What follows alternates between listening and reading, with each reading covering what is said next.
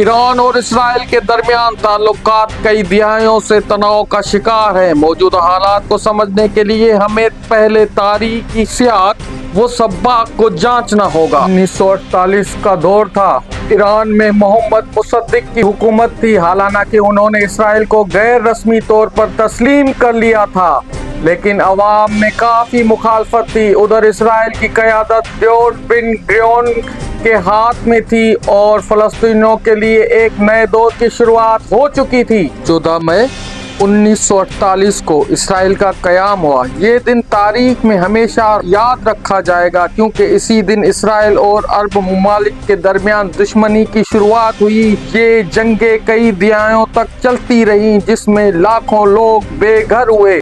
Israel के क़याम के बाद ईरान में हालात ख़राब होना शुरू हो गए थे। अवाम में फ़लस्तीनियों के लिए हमदर्दी बढ़ती जा रही थी और मुजाहरों का सिलसिला शुरू हो चुका था। हर तरफ से इसराइल के खिलाफ आवाज़ें बुलंद होने लगी। वक्त के साथ ईरान और इसराइल की सरहदों पर कशीदगी बढ़ती रही। इसराइल की वहशत के खिलाफ ईरान डटकर खड़ा हो गया। ईरान की तरफ से इसराइल पर मिसाइल लॉन्च होने लगे और इसराइल ने जंगी जारियत के साथ साथ अपना दिफाई निजाम मजबूत किया। ईरान में अवामी सतह पर इसराइल के खिलाफ शदीद रद्द अमल देखने को मिला। सड़कों पर लोग फलस्तीनियों की हिमायत में जमा होने लगे और इसराइल मुखालिफ मुजाहरे किए गए। अवाम का ईरानी हुकूमत पर दबाव बढ़ने लगा। ईरान की सरहदी सूरत हाल दिन ब दिन खराब, खास तौर पर इसराइल की तरफ से खतरात के पेश नजर मिसाइल दिफाई निजाम नस्ब किया जाने लगा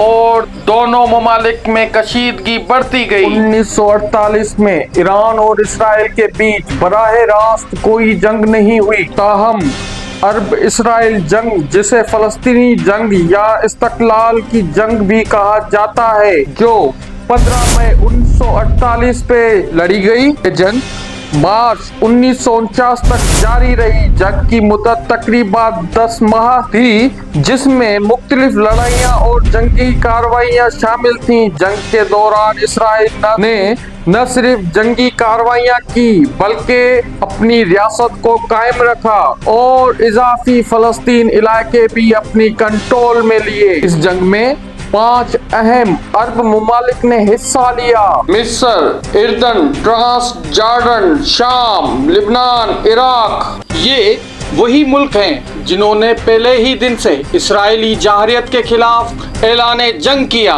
1949 में जंग के बाद मुख्तलिफ अरब ममालिक के साथ इसराइल की जंग बदी मुआहदे हुए।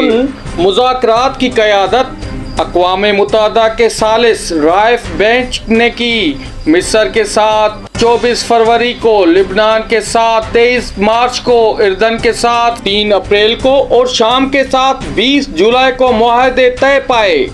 इसराइल ने मगरबी यरूशलेम और नक्ब के इलाकों पर कब्जा कर लिया। इन इलाकों की गिरफ्तारी के दौरान इर्दन, मिस्र और शाम के साथ भी सरहदी तनाज़ा पैदा हुए। जंग में तकरीबन 15,000 से 20,000 अरब अफवाज फलस्तीनी शहीद हुए, जबकि इसराइली अफवाज का जानी नुकसान 6,000 से 7,000 अफराद तक पहुंचा।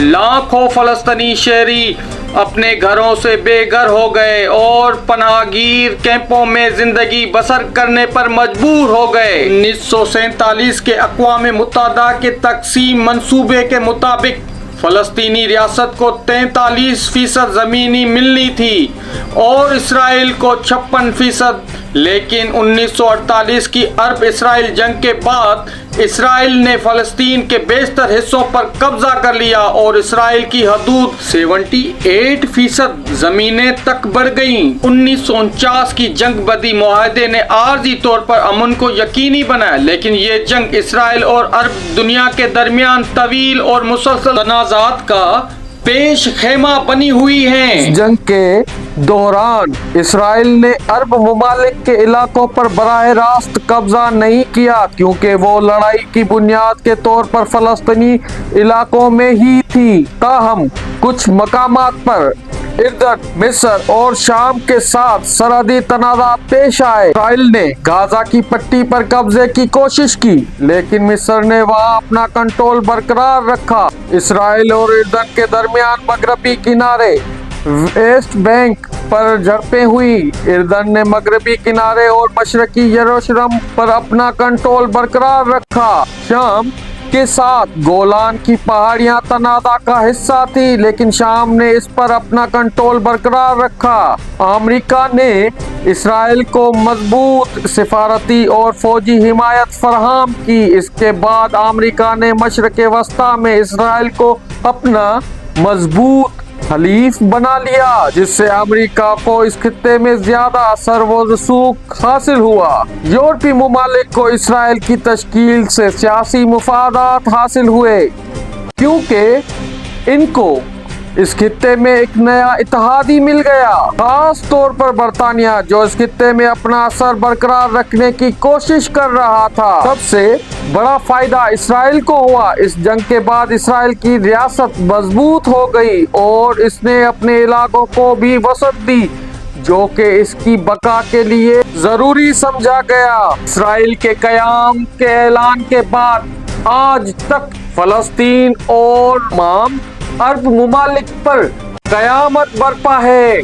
मई 1948 से मार्च 1949 तक तकरीबन 10 महीने जारी रहने वाली ये जंग अरब ममालिक की फौजों की नाकामी इसराइल की फतह समझी गई। ताहम ये जंग कभी खत्म ही नहीं, जिसके जोर अभी तक भी दिखाई देते हैं। 1948 से 1949 फलस्तीनी मुहाजिरीन का बहरान इसराइल के इलाके में वसत अरब ममालिक के जानी और माली नुकसानात चौंका देने वाले थे। ये जंग मशरिक वस्ता की सियासत में एक अहम मोड़ साबित हुई, जिसने इसराइल की बका को यकीनी बनाया और अरब इसराइल तनाज़े की बुनियाद रखी। ये सिलसिला सिर्फ जाग्राफियाई सरहदों तक महदूद नहीं रहा, बल्कि इंसानी जानों पर भी गहरा असर डाला। लाखों लोग बेघर हो गए। तकरीबन 7 लाख फलस्तीनी अपने घरों से बेदखल हो गए थे। पैरों तले जमीन निकल जाने के बाद मौत के राकास ने फलस्तीनियों की जिंदगी को अजीरन बना रखा है। इसराइली जारियत, वहशत और दरिंदगी खित्ते में कहर बर्पा कर चुकी है। सुएज कैनाल का बहरान।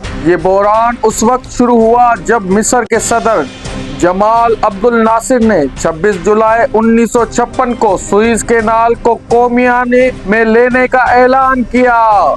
ये नहर बरतानवी और फ्रांसीसी कंपनी के कंट्रोल में थी और इसे मगरबी ताकतों के लिए मशरकी वस्ता के तेल के पहुंचने का अहम रास्ता समझा जाता था। जमाल अब्दुल नासिर के इस इक़दाम ने मगरबी ताकतों को नाराज किया, खास तौर पे बरतानिया और फ्रांस को। फ्रांस और इसराइल ने खुफिया तौर पर मंसूबा बनाया। 29 अक्टूबर 1956 को इसराइल ने सीना में मिस्र पर हमला किया और बरतानिया और फ्रांस ने ये कहते हुए मिस्र पर बमबारी शुरू की कि वो इस इलाके में अमन बहाल करना चाहते हैं। अमन के नाम पर जंग मुसलत करना बरतानिया और अमेरिका की साम्राज्यी साजिश अया हो चुकी है, कोई ढकी छुपी बात नहीं। 1956 में सोवियत यूनियन ने ताकत को तवाज़ुन देने के लिए मुजाहरा किया। अमेरिका और सोवियत यूनियन ने इस बहरान में कलीदी किरदार अदा किया। दोनों आलमी ताकत ने बरतानिया, फ्रांस और इसराइल पर दबाव डाला कि वो अपनी फौजें मिस्र से वापस बुलाएं। ये बहरान बला आखिर मिस्र की फतेह और नासिर की मकबूलियत में इजाफे का बाइस बना। जमाल अब्दुल नासिर की हिम्मत और जुर्रत को दुनिया भर में तस्लीम किया गया और मुसलमानों ने सुख का सांस लेना शुरू किया। साथियों, तारीख का मुताला करने के लिए हमें 1967 की जंग पर नजर डालनी होगी। 1967 की जंग वो है जिसने मशरिक वस्ता के नक्शे को हमेशा के लिए तब्दील कर दिया। 6 دنوں کی اس جنگ میں اسرائیل نے عرب ممالک مصر، اردن اور شام کے خلاف فیصلہ کن کامیابی حاصل کی اور جنگ کے اختتام پر اسرائیل نے کئی اہم عرب علاقوں پر قبضہ کر لیا۔ یتزاک رابن اس جنگ میں اسرائیل کے مسلح افواج کے چیف آف جنرل اسٹاف تھے۔ انہوں نے جنگی حکمت عملی تیار کی اور زمینی کارروائیوں کو عملی شکل دی۔ انہی کی حکمت عملی کو آپریشن فوکس سے جانا جاتا ہے، جس میں مصر کے فضائیہ کو مکمل تباہ کیا گیا۔ رابن نے جارحانہ اور فوری حملے کی پالیسی اپنائی، جس کا مقصد جنگ کو جلد ختم کرنا، اور اسرائیل کی یہی حکمت عملی مصر پر بھاری رہی۔ موسے دیان، جو اسرائیل کے وزیر دفاع تھے، اس نے جنگ میں ایک اہم کردار ادا کیا۔ ان کی قیادت میں اسرائیل نے عرب ممالک کے خلاف جارحانہ کارروائیوں کا آغاز کیا۔ دیان کی فوجی قیادت کی مہارت اور حکمت عملی جنگ کے دوران کامیابی کی بنیاد رہی۔ انہوں نے سینا، جزیرہ نما، گولان کی پہاڑیاں اور یروشلم کے علاقوں میں پیش قدمی کی منصوبہ بندی کی اور اسرائیلی افواج کو تاریخی رہنمائی فراہم کی۔ اسرائیلی ایئر فورس کے سربراہ موٹی ہور نے اسرائیل کی فضائیہ کی قیادت کی۔ آپریشن فوکس کو کامیاب بنایا، جس میں مصر، اردن اور شام کی فضائیہ کو تباہ کیا گیا۔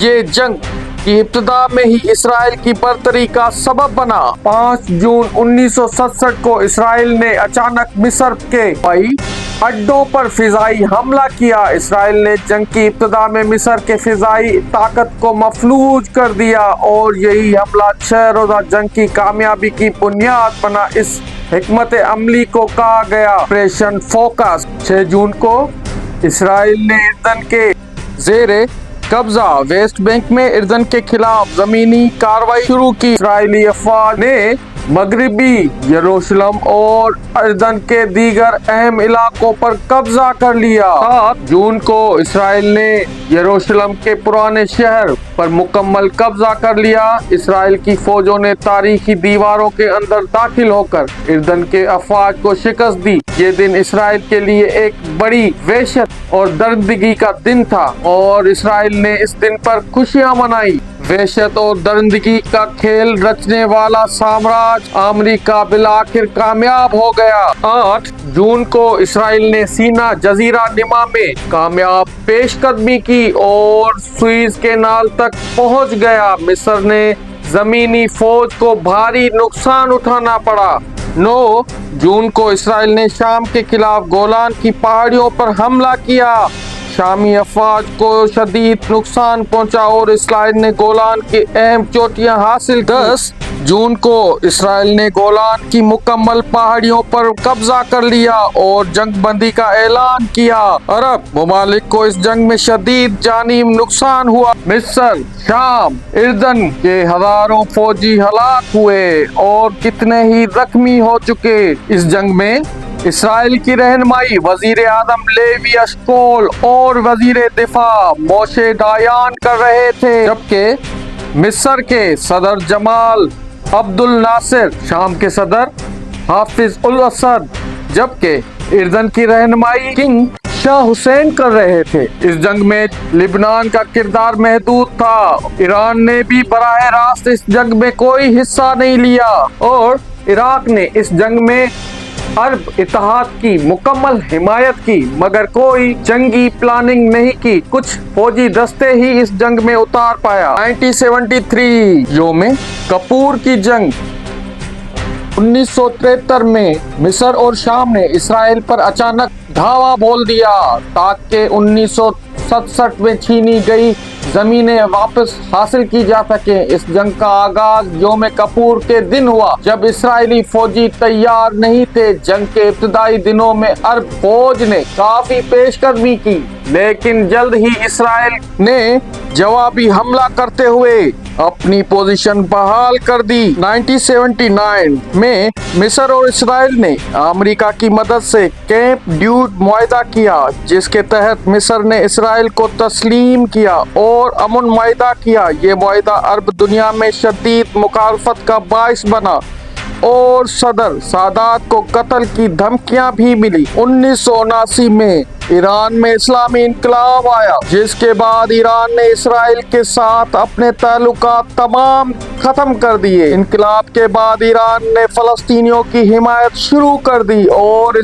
इसराइल को सख्त दुश्मन बना। इसी दौरान ईरान ने हिजबुल्लाह जैसी तंजीमों की हिमायत शुरू कर दी, जो लिबनान में इसराइल के खिलाफ लड़ रही थी। इसराइल और हिजबुल्लाह के दरमियान झड़पें कई दहाइयों तक जारी रही, जिसमें ईरान ने हिजबुल्लाह को माली और फौजी मदद फराहम की। 1979 में ईरान में इस्लामी इनकलाब के बाद शाह मोहम्मद रजा पहलवी की हुकूमत का खात्मा हुआ। खुमैनी के इनकलाब से कबल ईरान और इसराइल के दरमियान करीबी ताल्लुकात थे, लेकिन इनकलाब के बाद ईरान ने इसराइल को सहयोनी रियासत करार दिया और ताल्लुकात मुनक़ता कर दिए।